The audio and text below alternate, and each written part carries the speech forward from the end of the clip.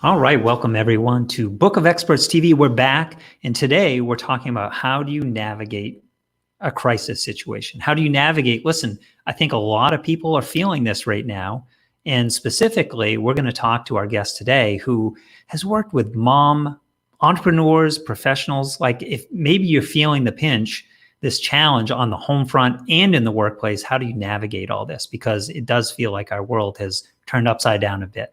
And there is a process you can work through. What are the 7 steps to navigate this crisis? And how do you make sure you don't miss one of those key steps? That is the topic for today's Book of Experts TV interview. And I'll introduce our guest in just a moment. Time for Book of Experts TV. Topics you love.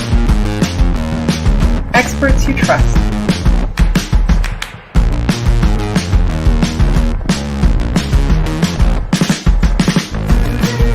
Friction-free referrals. Tried, Tested, Trusted. This is Book of Experts, brought to you by salesman.me. And welcome to Book of Experts, Lisa. And here I am. I'm going to butcher the last name. I'm going to take my best stab at it, though. This is me being brave because I know it's not going to come out right. But Liberatore. Yay, you did I got it? No Yes. way, no way. And you know what? I usually do pretty well with French names because I have that language background, but I really struggled on this one. It's Italian, so it's close. Just out of curiosity, are you using the new, LinkedIn has a new name pronunciation that you can add to your profile. Have you seen that? I haven't. I need to add it. It's for clumsy people like me who just can't get it right. So yeah, for folks out there, if you haven't seen this, you have to do it through the app. So if you go to your desktop version of LinkedIn, you won't see it unless you're trying to play it on someone else's profile. But it's 10 seconds long and it's kind of neat to play with because you can do, this is how to pronounce my name.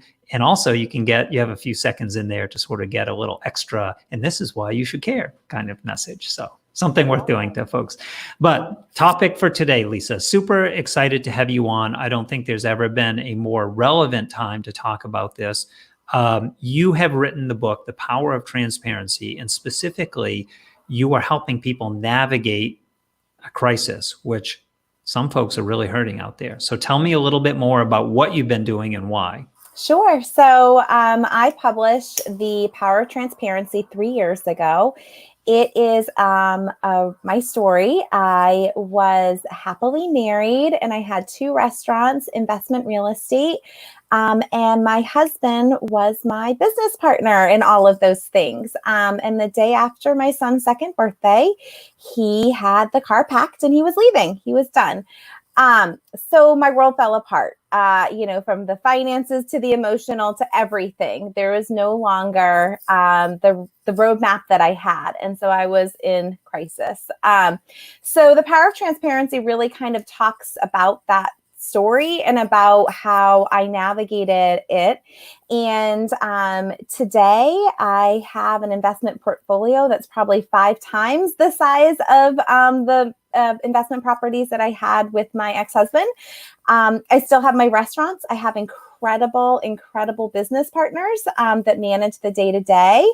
I have a co-working space. I've got consulting now. My life is the best that it could have been through crisis. And I believe that with the right kind of framework and the right supports around you, that you can thrive in crisis, and which caused me to just recently publish the workbook that goes with the Power of Transparency called Navigating the Crisis of 2020.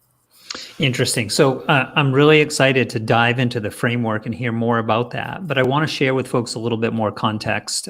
So Lisa, you and I met a few years ago in a business accelerator. And one of the things that I admire about you is you have been, first of all, you essentially had to reinvent yourself. You were in a tough spot, had to recreate that.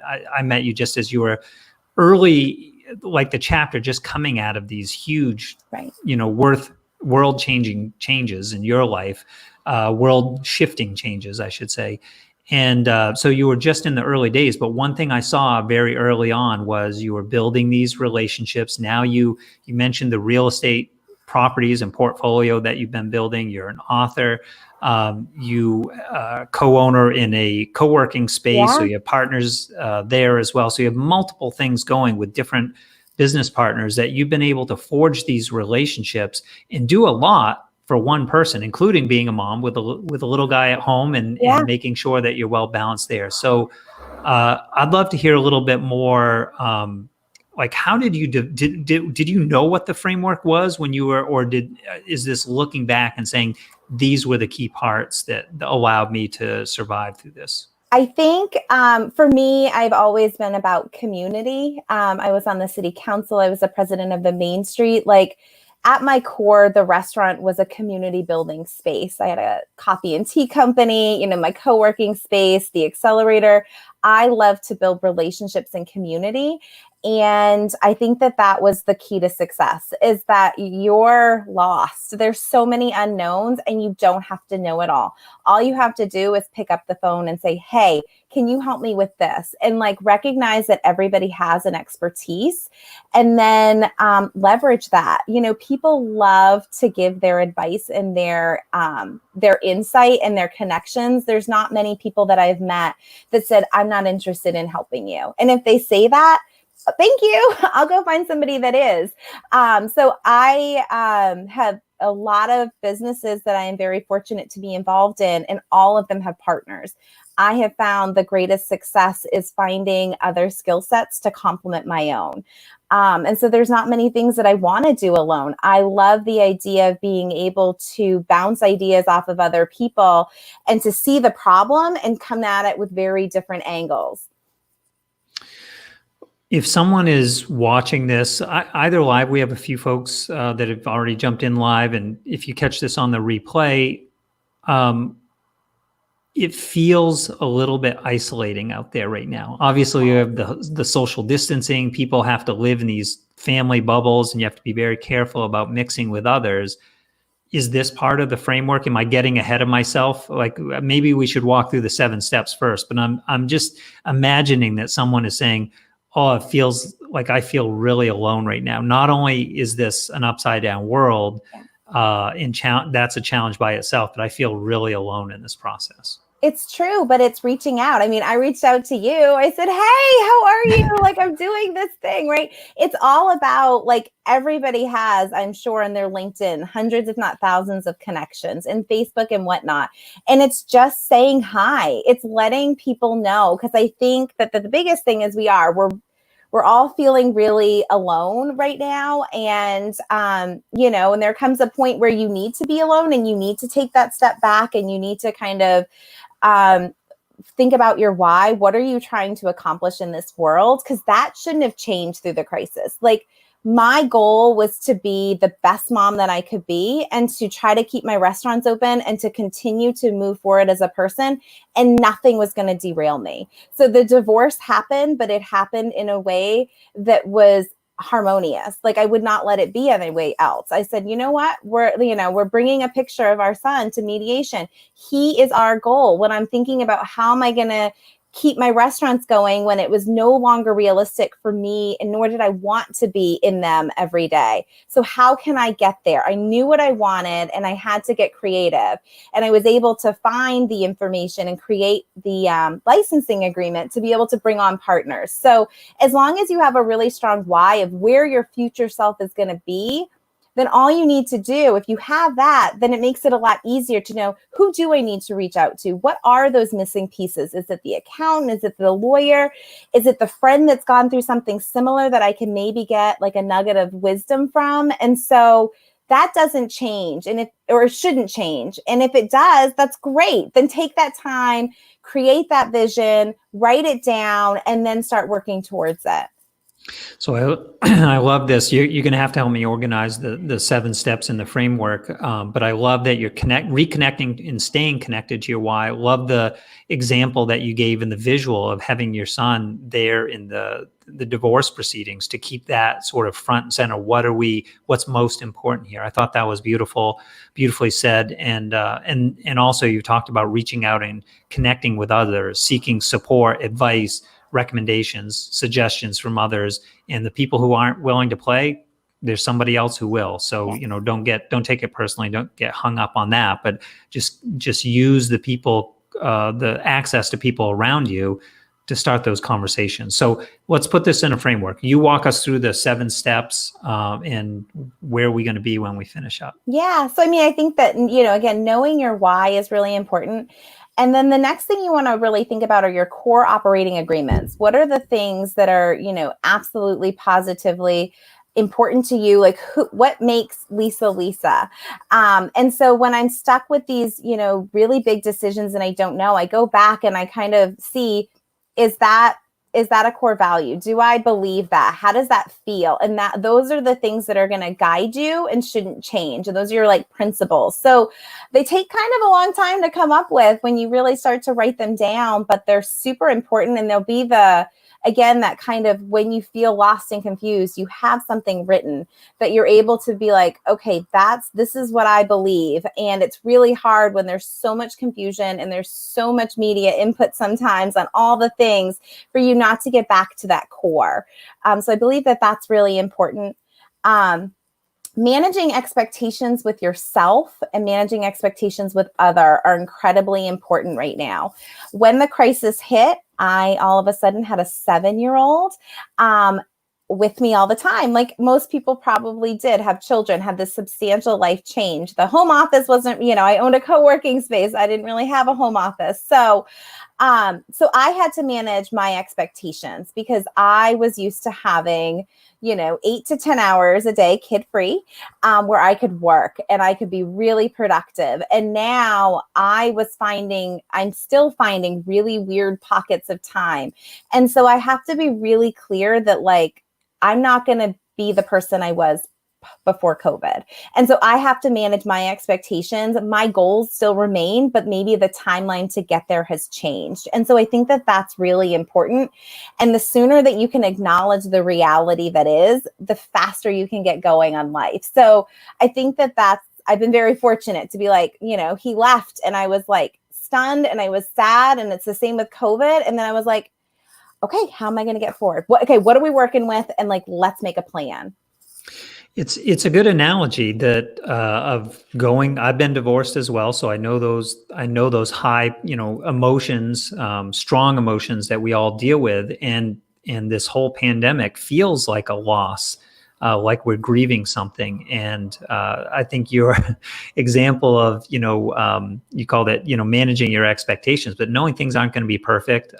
Little people are going to walk into when we're doing conferences like this, little people will walk in and say they need something. And, we did an interview the other day and one of the guests, their cat, saw the tail. I closed the door. So that's the cat went across her lap and back and forth because she knew she needed a little attention too. So, things aren't going to be perfect. Just so you know, I'm capturing some of these notes. I'm going to put it in a comment for folks to see afterwards. So I'm at I've got 3 down. I'm going to repeat these and make sure I have them right. So 1, stay connected to your why. Number 2, remember the core values that won't change no matter the crisis. 3 is manage expectations for yourself and for others. How about number 4? Well, the next one, 4, is others, right? So now you know where you're at. And so you need to be able to not only know that, but you need to be able to communicate that. Like, hey, life's a little chaotic. So, I was trying to get insurance and I kept messaging the woman. She's working from home and she finally said, I'm so sorry. Like, things are really going to be delayed. I have a 20-month-old. And all of a sudden, you have to have empathy, right? I had empathy. I was like, I am so thankful I have a 7-year-old that is self-sufficient. I couldn't imagine doing this with a 20-month-old. They require so much. And so I appreciated her being able to communicate, where she was at. And then managing expectations with others. Like, I think that we can easily forget that other people are going through this crisis with us and that their reality is different, but that their world is upside down and they're trying to find a path the same way that we are. And so being able to, clearly articulate where you're coming from and ask that you get that from them. What are you expecting? Like, where are your expectations? If you need something, you can't make the assumption that the turnaround time is going to be the same. And so it's really just about opening up those lines of communication and and just recognizing and having empathy and having compassion and being able to provide hopefully some guidance if they ask for it or if it seems like it's needed. So, yeah. Yeah, super. I was checking my notes. So good. I've got so number 4, manage those expectations and your ability to communicate what you need with others as well. Right. Okay. Right. And like, how are other people's doing? And, I think it's about, checking in. And the next one is communication. We are stuck at home. And for somebody that is extremely outgoing and loves networking, I've really struggled and I've gotten a lot more emails. I don't do well processing information by reading. I'm much better at a verbal communication. And so it's really important that we check in with the people on our team to find out what is their preferred method, knowing your own, and then trying to make sure that you have a path. Because sometimes there's friction that's happening, and it's happening because you have different, strengths in how you process information. And so they can easily be overcome, but it's just stopping and having that conversation and saying, what is the best way? Like when I was training my employees, if I ever hired someone, I said, how do you process information?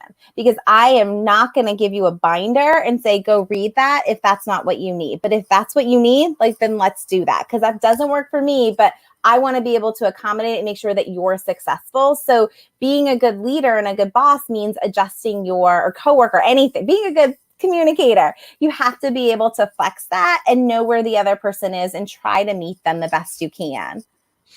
Like that flex your communication styles. I think this is like we hear about this. It's been a topic, almost a global topic, with people, so much increased use of Zoom, for example, and Zoom fatigue, and people struggling. And then I have friends that are in the consulting or counseling space, and they're actually, so they'll either turn away from the Zoom or turn the video off just so they can hear. And there's all these adjustments. And I think that's right, that people, everyone's going to have their preferred methods of communication. So figuring out what that is to make sure that there's a steady flow back and forth is so important here. Cool. So we're up to 6 in my count, I think, right? Yes, I think that the other thing is trying to collaborate as much as possible. We need to be creative. All of my businesses took a major hit in very different ways. And some of them were temporary. Others are, still trying to navigate. It's a great time to think outside the box. The puzzle has been dropped on the floor. There's a million pieces all over. And so you get an opportunity to, if you're smart, to stop and say, what's working? What's not working? What's missing? Who can I bring in? What are these cool collaborations that I could potentially do? Again, it goes back to thinking outside the box and then reaching out and testing those assumptions. And so it's always best to have the opportunity to really, and that it goes back to, I think, woven into that collaboration and kind of being strategic is looking at your financial picture and being really systematic, like not how much money you have in the bank, but really, when was the last time that you did you actually went through and said, how much did those napkins cost? Like, what is that percentage? Like, what are we going through? And making sure that your margins are okay. And if they're not, then making those adjustments, feel empowered to make that change and then to communicate it to your customers or to others. Yeah, I think folks are scrutinizing about what is essential, what's most important here, not only with their values, but with the daily decisions that we're making. And are those two things in sync? So collaboration, number 6. Yes. So collaborating with others and then doing that kind of that financial check and making sure that where, I don't know if many people except for accountants love, going into the money. It can be overwhelming, but it's really important when we are in this sort of economic, chaos, right? Like everything is unknown. The path that we had laid out, it's no longer there. We do very well with Airbnb. And then in March, I turned that off. So there goes that revenue. I mean, we are talking a lot of money gone. okay, so what are we going to do? How are we going to pivot? How are we going to make that change?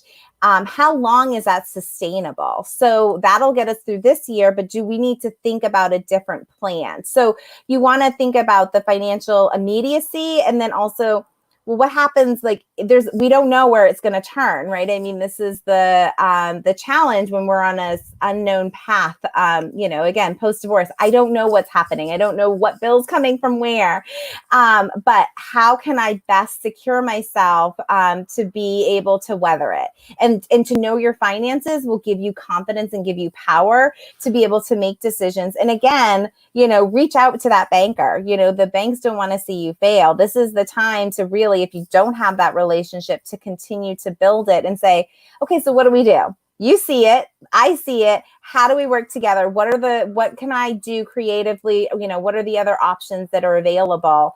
And really, again, it's just owning the reality and reaching out to get more input. And then you ultimately get to make the decision, right? Like, you're still in the driver's seat. Like, none of this means that you just do what somebody says. It just means that you're making more informed decisions.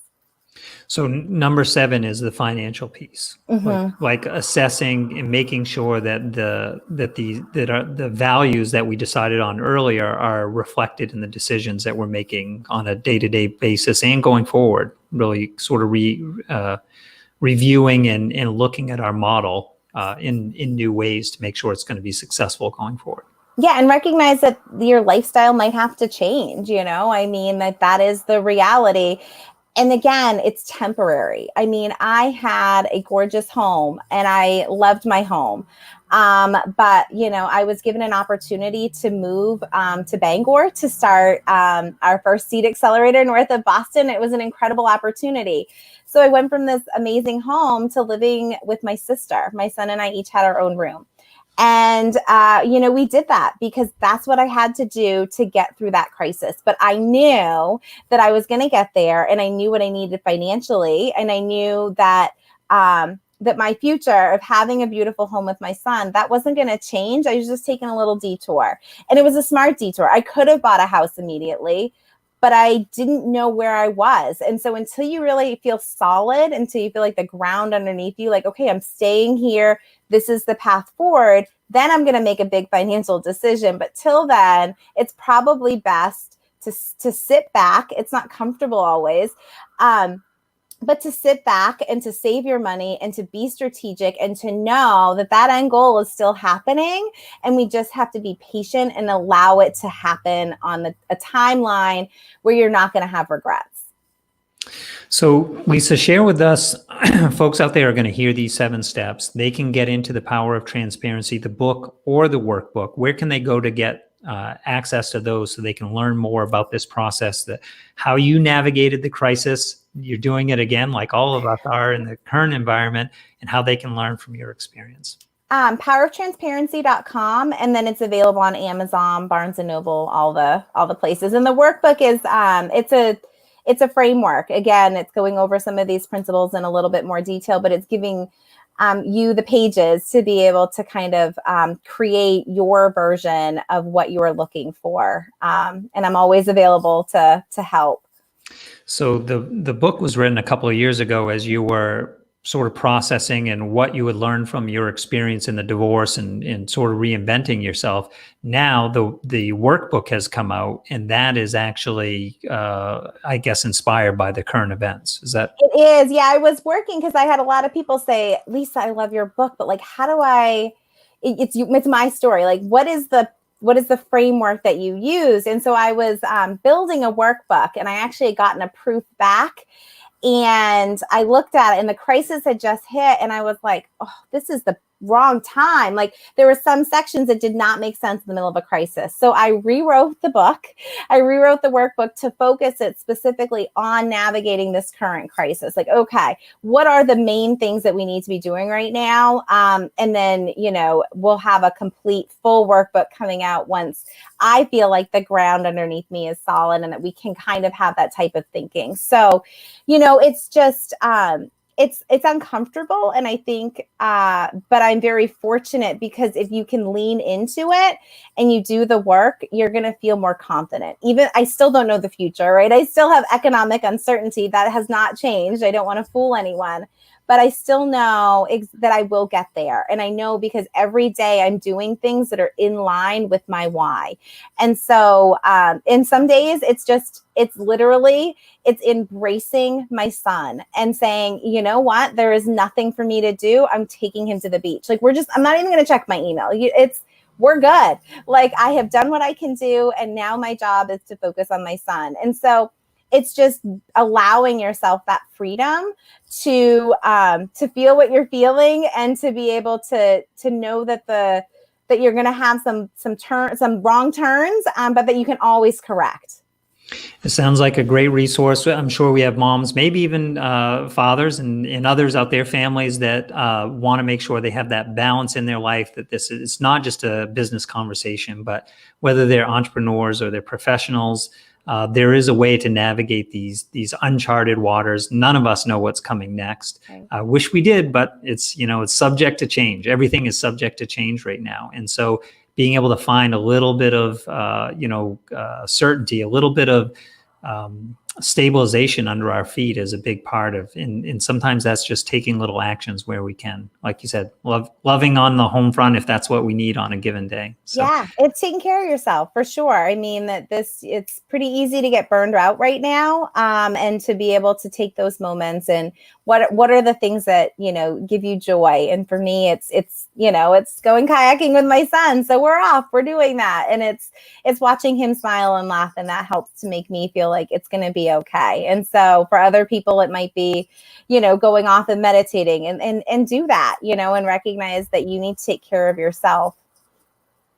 Lisa, it's been so great to catch up with you. We haven't talked for a little while, but fun to hear where what you've been doing and how you've reinvented yourself. It's been honestly an impressive journey, because again, I've been divorced too. I know what those emotions are when folks are going through that, and to keep the focus, build your business back up in several different ways. Literally multi-business entrepreneur.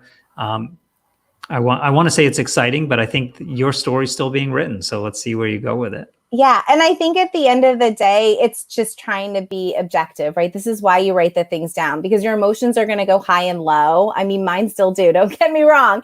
Yeah.